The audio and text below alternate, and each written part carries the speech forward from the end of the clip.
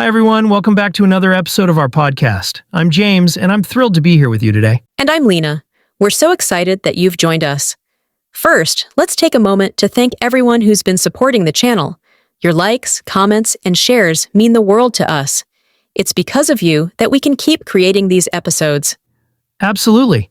If you're new here, welcome. Don't forget to hit that subscribe button and give this video a thumbs up. It really helps us reach more English learners like you.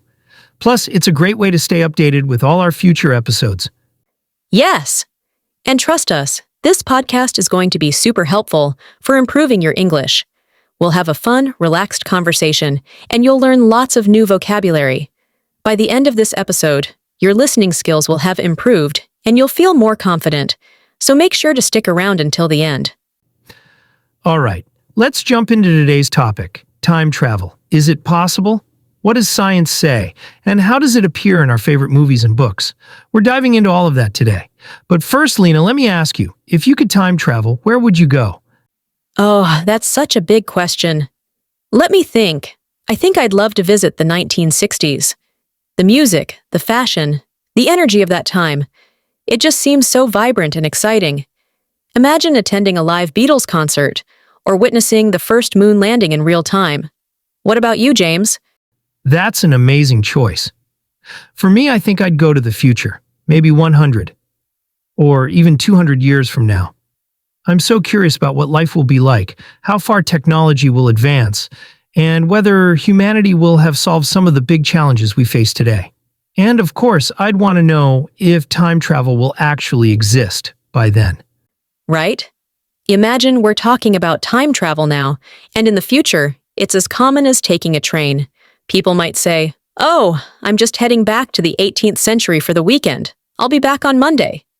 That's such a funny thought. But let's get a bit more serious. There are so many theories about time travel, and some of them are really fascinating.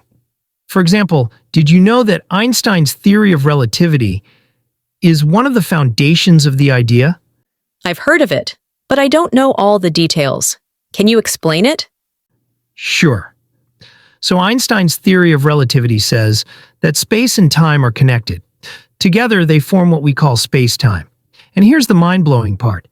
If you travel close to the speed of light, time will pass more slowly for you compared to someone who isn't moving as fast. This is called time dilation. For example, astronauts on a spaceship traveling near the speed of light would age more slowly than people on Earth. Isn't that incredible? Totally. It reminds me of those sci-fi movies where astronauts return to Earth and everyone they know is older or even gone. Oh, like in Interstellar. Do you remember that scene when they're on the planet with the huge waves? And because of the time dilation, every hour there is equal to 7 years on Earth. That gave me chills. Yes, exactly. Interstellar is such a great example of how time travel is explored in fiction. It's based on real scientific ideas, but it also takes creative liberties to make the story more exciting. Speaking of fiction, do you have a favorite time travel movie or book? I'd have to say Back to the Future. It's a classic, and it's so much fun. The characters, the humor, the whole idea of changing the past and seeing how it affects the future. It's just brilliant. How about you? I love Back to the Future too.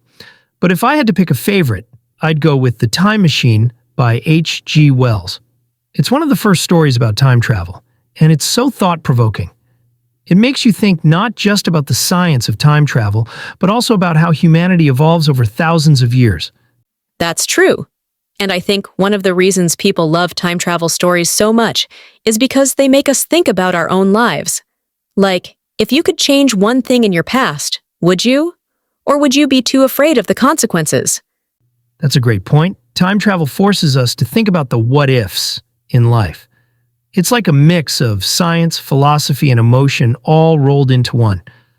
But let's talk about the big question. Do you think time travel will ever be possible in real life? I want to believe it's possible. Even if we don't figure it out in our lifetime, I think humanity is capable of amazing things. Look at how far we've come in just the last 100 years. Who knows what the next 100 years will bring? That's so true. And some scientists think time travel might already be possible on a very small scale.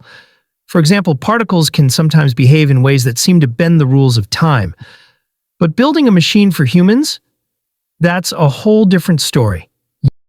It's fascinating to think about. And even if it's just fiction for now, it's still so much fun to imagine. Speaking of imagining, let's ask our listeners a question.